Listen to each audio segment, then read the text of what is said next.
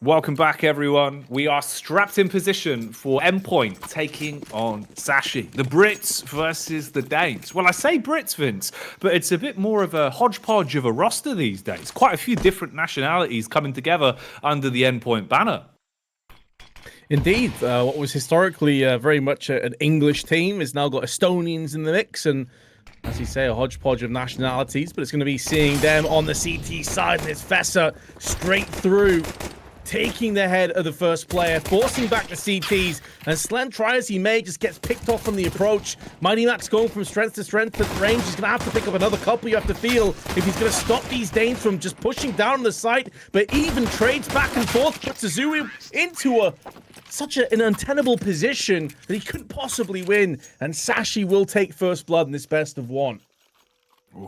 Try as he might, though. And that's the thing, Azuwu, big man Azu, quite a young gun, a hot prospect, up-and-comer from the UK scene, handpicked by Endpoint. He looks like he's got so much talent to give, so much confidence as well, which is huge for a younger player that you can build up and really project into a future in competitive Counter-Strike.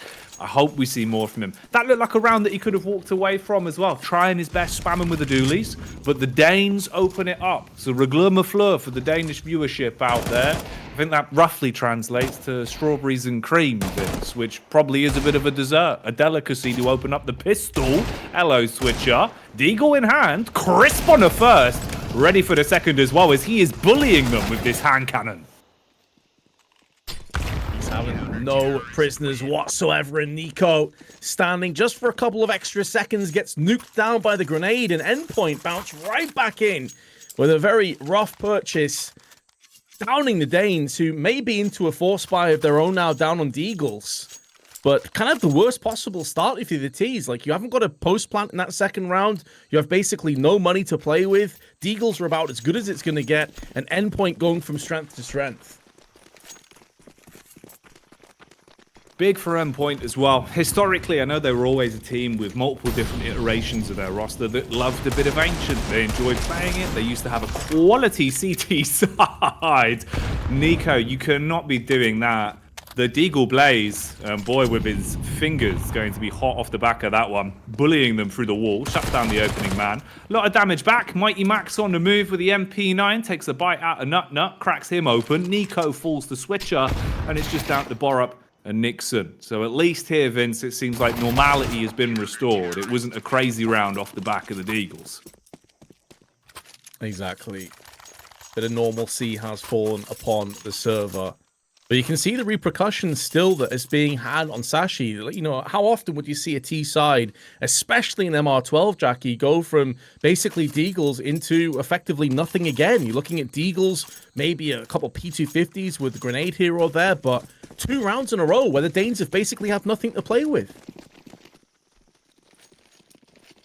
And it is the really sort of rough nature of MR12, right? I mean, it's awful for the CT side at times, where if you start to muck up in the early game, it just feels like you're in the spin cycle with never really having any cash to work with. Similar sort of story here, though, for the T's. Just basically Glocks, other than a P250 and a Deagle sprinkled in for good measure. Surreal realizing this as well, doesn't want to be in a close angle where he can have his head lopped off by one of those pistols. Plays from a distance. They do find their way into the site. They've got control towards Donut as well. Ooh, a couple of hefty hits coming out from Azuwu, at least softening them up. But how clean is the retake, and what can Switcher do with this MP9? Apparently a lot on the backup from Slend. That post plant, though, gives Nico a chance. Molotov is well placed, and with a kit, they can go for the full defuse. He is going to be sticking this one. And now Nico needs to spin around into action, activate, take some heads, but Slen says no. And Endpoint put an end to that potential very dangerous round from Sashi. We're talking about the lack of firepower that the Danes brought in. Still 3 casualties. It will keep the finances of the CTs honest, and forces quite a few rebuys. It's worked out pretty well for them. It means the game can be a lot more competitive of nature earlier than you would have wanted it to go on for, letting it build up with more cash for Endpoint that goes unchecked. At least here you're looking at about, on average, 2k across the board for most players there. So fun's going to be at an all-time low. Early utility makes a nice dent onto the T's. Up close angles for the CT side though, and it gets a bit iffy. The boat has been rocked as Barupt and Nico find their early entries, and Slend, this is a rough spot, Vince. Up close with the AWP, trying to play from inside of cave. Molotov to force him off the angle. They're really in a bit of a bad spot. Precisely, especially as Azu now has gone down himself. Slen still having no impact with that AWP whatsoever into this round, trying to escape. Has been spotted. Molly will be tossed out to make sure that no repeaks come in, and Fessa has them on the approach. An off angle that Mighty Max had no idea about. So considering that previous round of multiple casualties hitting the deck on Endpoint and a loss in this round, if they don't save the AWP, they'll be in a very rough situation indeed. Fessa going for that wide swing, trying to bait out the shot, and Sled now in hot pursuit from Nico will be put down. And other than Surreal with the $5,000, I mean, you're looking at the rest of that team, it's looking pretty grim, but it seems, Jacky, they made the decision. They're going to go for the force here. 2 M4s already picked up. Straight back in. Break the bank or die trying. Remember as well, this is a Endpoint side that are on boot camp right now at the Endpoint facilities up in Sheffield. So they're all on land together. They're all in the same building together, playing next to each other. I imagine, obviously, for someone like Mighty Max as well, it's going to make your life a bit easier, be a bit more vocal, instantly have that response of seeing each other. With Frog in position as well, the coach that can do so much for this side, keeps the energy high for them. They're going to try and use that element of pace to come straight back into the game. Max, completely overwhelmed, murdered at middle, drops to Fessa. Space being taken though, Vince. Azuwu with the backup of Slend. Perfect timing on this for the flank. Precisely, this flank is everything for Endpoint right now. If he can get a kill, be massive, but he is getting information at the very least. Blood maybe not shed as of yet for the CTs, but intel is being gathered in the back pocket, and now rummaging round the back. Doesn't overextend, doesn't give his position away. Borup on the off angle will be spotted. Double checking, nullifies him, executes down, trades up to the AK, which puts so much more pressure now onto Nico. As he is one-dimensional on this approach, Surreal comes out kicking and spams him down.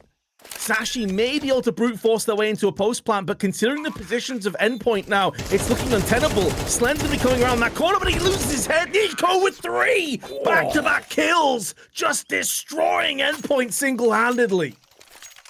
Nico with a haymaker on that one. The timing. Slend had the round in the bag. It should have been a flawless flank to shut it down. Instead, he turns on a dime and beheads all 3 of them. That's a backbreaker of a round as well, Vince. You know, already in my mind, I'm starting to think, okay, huge comeback from Endpoint. You'll have a little bit of money to play with. Stability, much needed stability on that CT side. Now Nico has just flipped the game on its head, and that will revitalize you. You're going to be giving it right now. And really, a round they had no right to win, considering that Surreal was kind of sneaking his way in. They had 2 players alongside.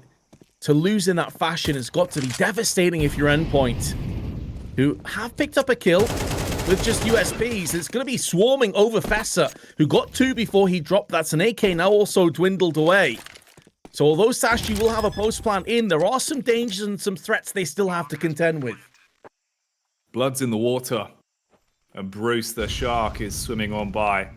Slen this time around with a USP, goes for the long peek down lane, seeing if anyone's close by. Nico's waiting. We know he's red hot at the minute, hitting some very tasty shots with the Kalashnikov. So just puts out the warning shots, tries to keep the pressure on him so he can't push up, and get into a close position to potentially take weapons off of Sashi. They could all exit together towards the A side, back round towards CT if they want to. You see that rotate from Slend. He'll set up deep inside Red Room, but they've got the confidence to back down together. They're all going to head back towards T-spawn, get a clean save on this, bring over the 3 rifles. So it is just Switcher that walks away with 1 into this. I think if you offered them an AK at the start of that round, they would have snatched your hand off, all things considered, with just USPs and a couple of upgraded pistols. But considering the general vibe of this game and how the ebbing and flowing has been just kind of going away from them courtesy of that Nico crazy triple, they need to get some success here, Jacky, because their money once again is in the bin. They've got no AWP in play. This is a very important round if you're Endpoint. You got to get the game started again here. Completely reset the pace of how things are going on your CT side. Because that's the crazy bit about MR12 as well in competitive play with CS2. This half's nearly already over, and it's been a bit of a blink in the eye, right? With how close these rounds are being traded blow for blow. You need a big upwards draft of momentum towards the end of this half to give you a nice bit of footing when you move into that T side. Historically, Endpoint CT side have been their bread and butter rounds. So what have they got in store for us? It's been rough for Slend, normally someone that's quite activated on the AWP, very aggressive, roams quite a lot, hasn't really had the room to do so. Here we might be tested again. Focus is being put round towards the A bomb site though, and it's Switcher just on the cusp outside of cave. You get the smoke down towards ramp. Azuu's been called in for the backup, so they're at least poising themselves with a body language for an A site defense. Sashi, though, are waiting for those smokes to dwindle. Oh, the timing for Borup could not have been worse, but he doesn't get punished with his life. That's the only saving grace. That would have been an incredibly frustrating death had he have gone down to that. Still stands tall, though. As the T's now changing their trajectory, they want to be hitting on the A site instead. And Mighty Max single-handedly pushes two of them away. It may not be enough, though. Nico comes in strong. He's going to be the last man standing on the bomb site, and down he goes to Surreal.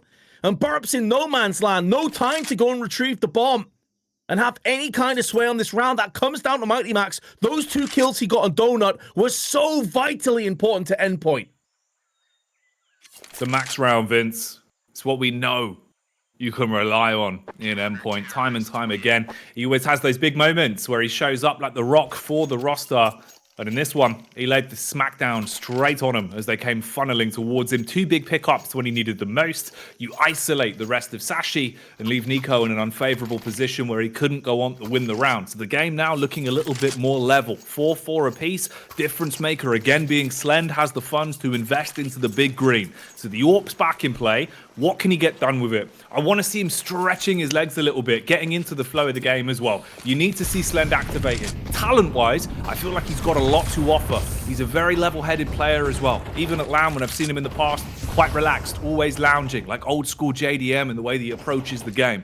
Doesn't let it get to him very easily, but he needs to hit his shots, and this is a good test for it. Peek out from Nixon, opening frag goes the way of Endpoint. That's the kind of prowess that we were looking for on Slend. Maybe called upon again. He has a good idea. His spidey sense tingling, telling him there could be a player to his left-hand side. The spray, though, is good from Switcher, the new recruit. Strikes and strikes hard. Azubu joins him. Slend will have no further impact in this round. A fast peek from Borup will signify his demise. And there's still a minute left on the clock, Jacky. There's still plenty of time for the T's here. But Borup is all alone. Last man standing, and he doesn't have the firepower to stand tall against 2. It's a one and done. And now Endpoint regain the lead once again.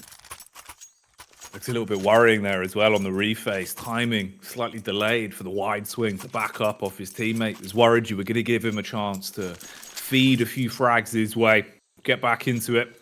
Sashi as well. It's unfortunate at the minute. Nut, the one player that hasn't really had a chance to get activated into a game like this. 0-7. Stats don't mean everything, but even just for your mental going into a game like this, you want to try and get back into the game, get the blood pumping a little bit. So we'll see what's in store for us this time around, setting themselves up with a bit of a slower contact play. You've got basically a full commit with the 5 players, no utility, bone dry, so you're just going in with the pistols. Slend's going to be holding, good positioning for the AWPer. Finds the first frag, able to double back, seen the call for the 2 players that have got past the scope, but they're just feeding him kills, switches to the pistol as well, and even gets the fadeaway, Vince. Lovely work from Slend. Yes, it's against an eco, but you can't fault that aim. And on Nixon, nice flick across. Damage has been inflicted to Endpoint again, but we're hitting the burning embers of this half now. Will force some rebuys. So Mighty Max is going to be down, pretty low economy, so we'll switch up. It does give Sashi the chance to break them down and get a rough buy into that last round of the half. Nice effort, but yeah, that was all Slend, showing again why you touted him as being a player to watch. With the AWP, trades across the P250, insta one tap, and Endpoint in a 6-4 lead. But here comes another buy from the Danes.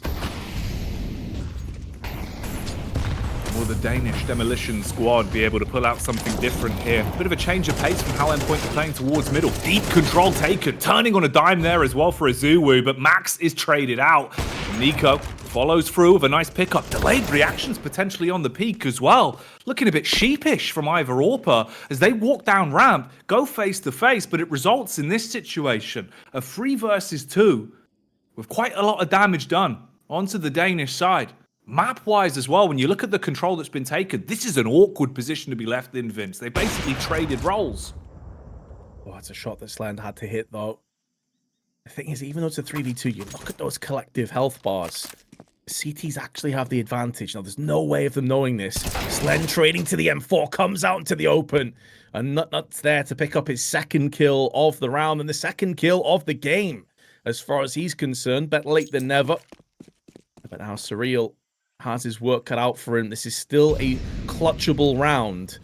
Should he find the right passage, the right moment to strike, 2 players could fall on their sword ever so quickly. But considering that Nixon has his AWP trained at the cave entrance, it's not looking likely. It's not looking good. No noise has been made, but now he does give his position away. Molly down, may extend, may kill Nixon. Indeed it does. With the kit as well, he does have time here.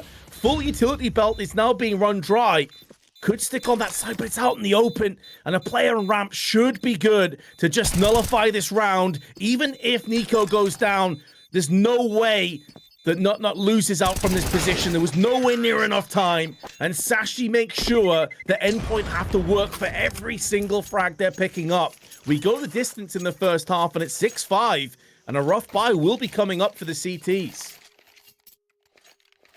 That's a nice round as well for Nutnut to finally come onto the board, right? Get himself a bit of momentum back in his favor, picking up a clutch that you needed, finding the 3K over the course of that one, and just warming up a little bit more. It's not been the easiest game from him, but at least you've kept the scoreline dangerously tight. Just walking on a tightrope here with how close it's been, 6-5. As Endpoint go for a tactical timeout. Want to slow this one down a bit, and I imagine as well, just figure out what they can actually feasibly bring out here with the amount of money they've got left to work with. The funds aren't too great. Everyone's sitting just below 4K. There's not really going to be the room for the AWP for Slend.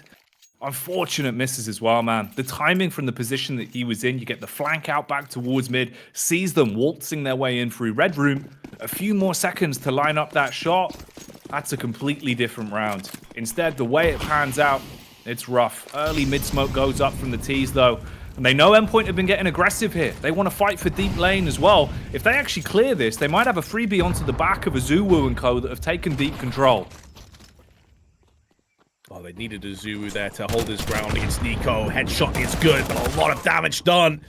Even trades back and forth will favor Endpoint in this situation. So Frog working his magic, calling the timeout, saying, get aggressive, boys.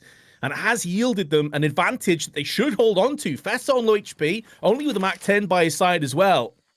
And considering that Slend is Max and Surreal on 72, it's looking good for the CTs here to get a 7-5 lead. But there's still a minute left to find out if they can get the job done. Bomb will be retrieved momentarily from the Danes. Just to the right side here of Nutnut. He's looking to try and pick it up. It may be on the other side of the double doors, actually, which is a way more tentative position. Not entirely sure where that bomb is right now. Oh, they have picked it up. Fessa's got it in his hands. And the spray is only good for one. 2v1. Fessa has it all to do.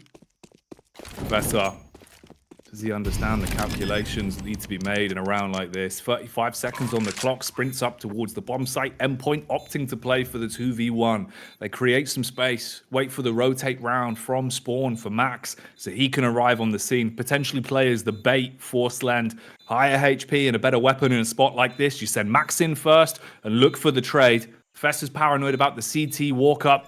They're already edging closer towards the site. Smoke goes down, almost line up for the freebie frags. Max jumps on the bomb with 3 HP, and they will barely limp that one over the finish line, getting a 7th out of the first half. Very tentative stuff, wasn't it? Another round where you feel like Endpoint are going to run away with it, but it comes down to that post plant. Nico played phenomenally in that half. Will be topping the scoreboards with 13 and 109 ADR respectively. super close here, Jacky. A real nail-biter of a game. We expected it to be like this. It's only the second round of these qualifiers, and already we've got two of the heavy hitters going blow for blow and showing us why we were interested in watching this game. A far cry from the first game that we casted. That was a complete demolition, 13-0 from Bleed. Oh, massively so, man. I mean, it was nice, right, to see the debut from Bleed, but that's all it was, basically just a quick flash in the pan game. Everyone stretches their legs a bit. Here, this is more of a fun run, more of a marathon. And with how this game's been going, I don't think it's going to be closing itself down anytime soon. Switcher, good on the Glock for the early entry, though. Picks up that one. The Julies are in play for Nico, but he could not deliver the killing blow. Falls Vince, and it's already down to just 2 CTs on a hefty retake. And smokes in their eyes as well. Every possible obstacle, hurdle in their path. They have to dig deep if they're going to pick this one up. There's no kits currently in their possession, but a litany of potential pickups from the corpses around the site, but so many angles as well to try and deal with. And 2v5, plenty of noise being made in cave to try and draw away the fire from ramp from the site. That's a beautiful flick from Burrup, but he's going to have to go for better than that. And the time itself is an adversary. Sure, maybe get a couple kills here if you not, but that's all you can really hope to achieve, because Endpoint will be running away with his second pistol, and they will be taking a 3-round lead. And even if Not were to survive, it's just with the USP anyway. Does have Kevlar behind it, but these are such small gains. An Endpoint in a commanding position now.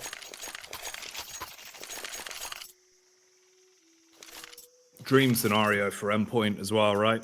Now you can really just project yourself as far as you can go on this T side. You've got a lot more firepower to work with. You can keep that CT economy in check for as long as possible.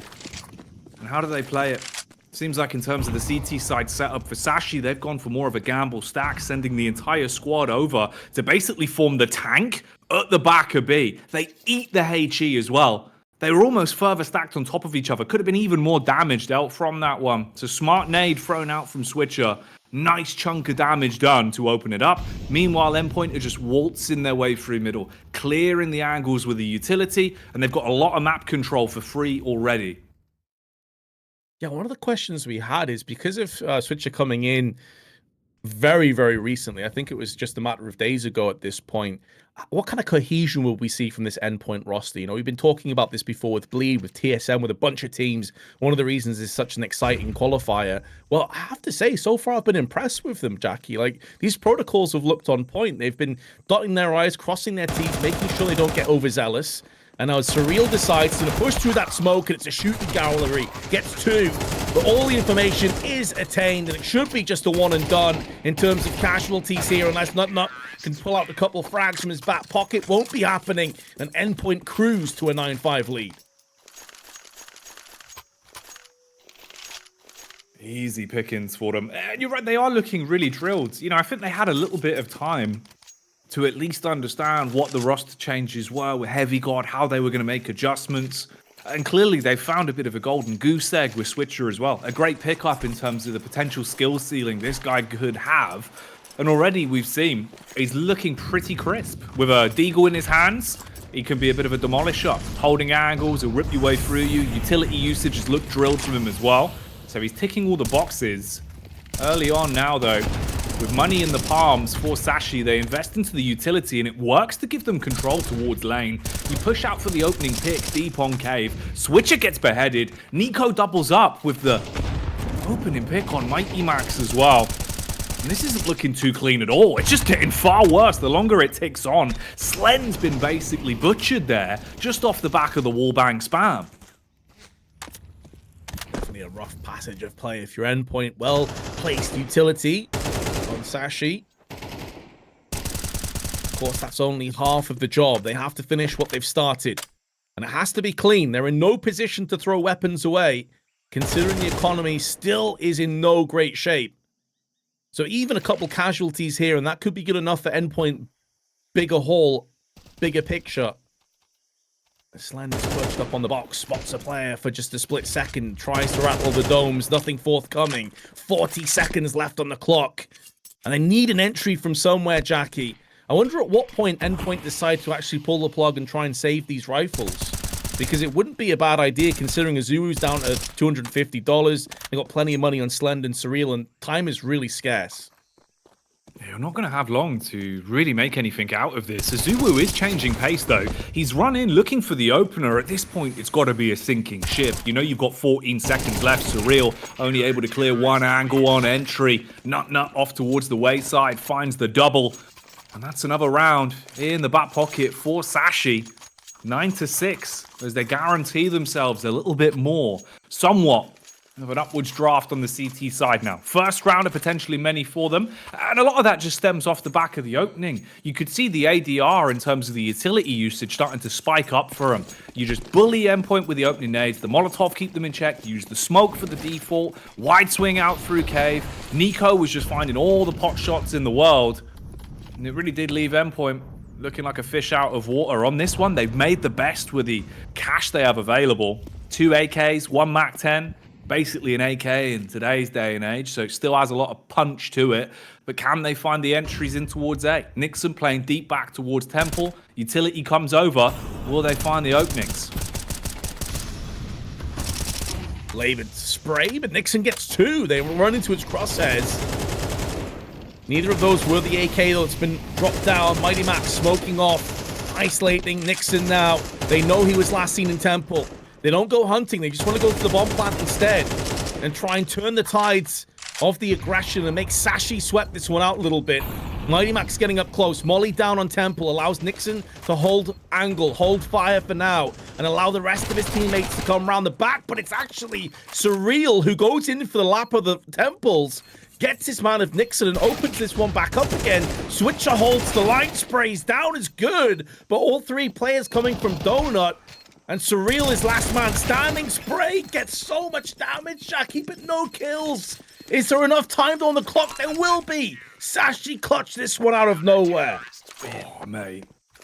It's such a rough round to rock the boat. Surreal giving it his absolute all. Perfect timing with the flank. Smart heads up play for him to get himself behind him. Upgrades the weapon. Switcher as well. It's one of those where positionally and how crisp he's been, you're thinking he's going to be able to rip their blocks off, hit those shots, absolutely brick them on entry, and just keep the good times rolling for Endpoint. Instead, it's a much-needed back-to-back round for Sashi. You've bridged the gap. You haven't instantly had your cash thrown to the wayside. You've got a bit of oomph now. You've got a bit of momentum.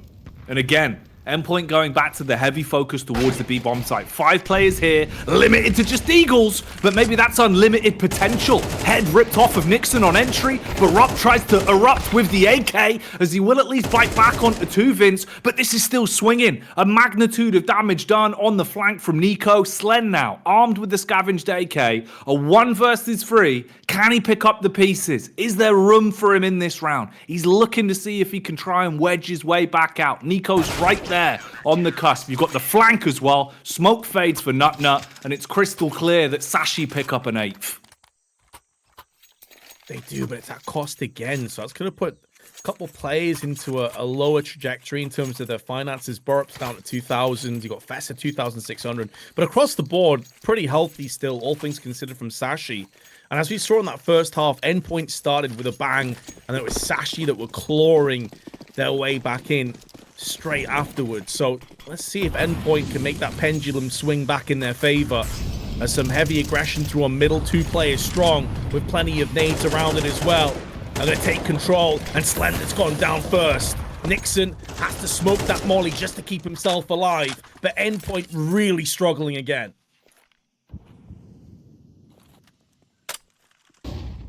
These opening moments for them on the T side, it's just looked rough. Switcher, at least being able to instantly bite back. As Fessa bites the bullet a little bit more literally. Nixon, somewhat paranoid about the peek out from middle as well. Azuwu throws over the red room smoke, blocks off the angle just as they come waltzing on out. You've still got a player in Donut. In terms of the map control, they've got a good setup if the play was towards A. But Endpoint have tried to sell you down the river and started to make their move in through cave. You've got Max in the front. He's going to be the point man on this one, leading the charge. In reality, it's just Barup left to defend. His utilities are low. It is at least defensive utility. He's got the Molotov and the HE to play with, but can he buy time for the team? Oh, that's a great nade. It was funneled in from the Molotov as well, and the flash is just as good. Burp goes from strength to strength, from kill to kill, but it's the Estonian once again, standing tall and delivering with his 15th and 16th kill, just shy of 100 ADR as he plants the bomb firmly down on the B site. Needs to play off Surreal here. Switcher spots one more player, not sure as to where the second and final CT will lay, but it's Nut that comes out first, takes that life. Surreal now with his back to the wall, has to deliver a Nut straight through, considering this guy was 0 and 7 at one point, now 11 and 10. What a phenomenal turnaround from him. Mate, it's crazy. He's gone from a pistachio to a walnut. He's completely changed shape and size with the way that he's been playing this one. It felt like his influence was at a bare minimum. And, you know, it's one of those games where I was saying to you, as long as he finds a few frags, you can reset the mental a bit. Feel like it's all right. We're still in this game. As long as I start giving it a little bit extra, we can go the extra mile. He picks himself up a beautiful clutch and now just starts going absolutely nuclear with some of the rounds that he's finding. This is what you want to see. The whole team for Sashi here really grinding through on their CT side. The utility usage has made a huge difference as well. You think about basically that position Barup's in, right, with just a Molotov and a HE, he absolutely decimated them. Found basically 2 frags off the back of the nades alone. Again into this one. Endpoint are just soaking damage, Vince. Nico's farming them outside of lane, goes for the wide swing round onto middle, and he's just left them in a hellscape of a round. Just the one casualty as well, and Mighty Max the P250, unlikely to add any further pain and suffering to Sashi, who were, what, 9-5 behind? And now suddenly leapfrog ahead to 10-9. The momentum, the confidence, everything firmly in favor of the Danes. Endpoint aren't done just yet, and they are going to call their second tactical timeout here, which I'm completely on board with, because 5 unanswered rounds speaks volumes for itself. Endpoint need to dip into their bag and come out with a winning formula, and they need it right now. Something's got to change. Something's got to change massively. Obviously, having money to work with on that T side, that's going to be one piece of the puzzle. A bit of a leg up to try and relieve some of the pressure, let the stress off a little bit. But it's these opening moments. They need to change up how they're taking control round towards that B site, where they go for lane control. They're just eating damage from the utility in the opening moments. They've got no way of stopping Nico. The utility usage from the Endpoint side as well to force him out of cave, get the early default nades in, the early Molotov. Something's got to change there, because it just feels like it slips through their fingertips instantly. And Nico, as soon as he gets deep control of lane, it's all basically blown up in their face. They go back for the classic play with the opening mid-smoke. Smoke off red room, nice molly towards the side. Azuwu's looking more confident on this one. Tons of damage done from the Molotov though. He's burnt and crispy, like a pizza that's been in the oven for too long. Nut, meanwhile, keeps turning the heat up. Nico's already down through lane, Vince, and it looks like we're repeating history all over again. Yeah, I'm not really sure what that call was in the end. They kind of just ran into mid, but didn't have any flashes, didn't have any counter utility whatsoever, and just got bullied, like straight up. Nut was sat there in the alcove. Out a player comes from the smoke at the freest of kills. Azu at that point can't do much but just hope for the best. He gets shattered from above, and then Nico goes from strength to strength. Like, Endpoint just seem out of their depth here. It started so well for them, but as soon as the rifles came through for Sashi, this quickly turned on a dime.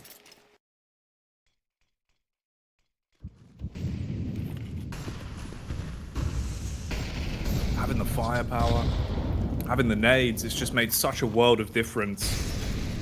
An Endpoint now delegated down to basically a gaggle of Galils. That's all you've got to work with. Utilities there, sure. Bit of a different setup as well. Switches in the cubby outside towards lane. But again, similar sort of story, right? They spam, they nade, and he's just abused with damage. Left down on 13 HP. Nearly taken out of the game just by the nade from Nico. They go for the push in through mid. You're fighting up on top of the boxes with support. Lane is theirs time and time again. You cannot get lane control, or cave control for that matter, for love nor money right now. I mean, this has been a very impressive CT half from Sashi. You know, they go 9-5 behind. You're fearing the worst for them. It looks like it's going to be a runaway train for Endpoint, but that train has quickly been derailed And Sashi just showing so much superiority when it comes to the dueling, the trading, the positioning, the utility. Every protocol just seems on point. And it has to be said, Nico has had a stormer of a game. 24 kills, 6 assists, and well over 115 ADR in this game. The guy is just going nuclear. He's been absolutely giving it through and through. No answer, no way of stopping him. Endpoint is still in the game, sure, but you need to show us something different right here, right now. As Sashi are already sitting pretty on 12. Nixon with the AWP takes it as a combat scope, walks in towards Donut, and lays the killing blow on one. They do at least have site control. This is a bit different. We haven't actually seen Endpoint really be able to take place of securing a bomb site in a good few rounds. Now the bomb's down, Sashi can afford to give this one up. Worst case scenario, you're looking at a 12-10 scoreline, and you can get back into the game. They've got money for the rebuy, so probably isn't the worst case scenario here to just set up for the exits. Yeah, they've got tons and tons of cash. I mean, Nixon is nearly at max on 14,000. You'll have a bit more than that after this round comes to its conclusion. So any weapons taken away and denied from Endpoint are worth their weight in gold.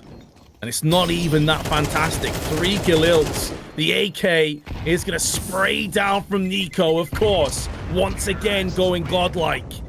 And it's an AWP and a Galil that is savaged away from the hands of Endpoint. So sure, you got your win, but it's at great cost. And this buy isn't going to be fantastic either.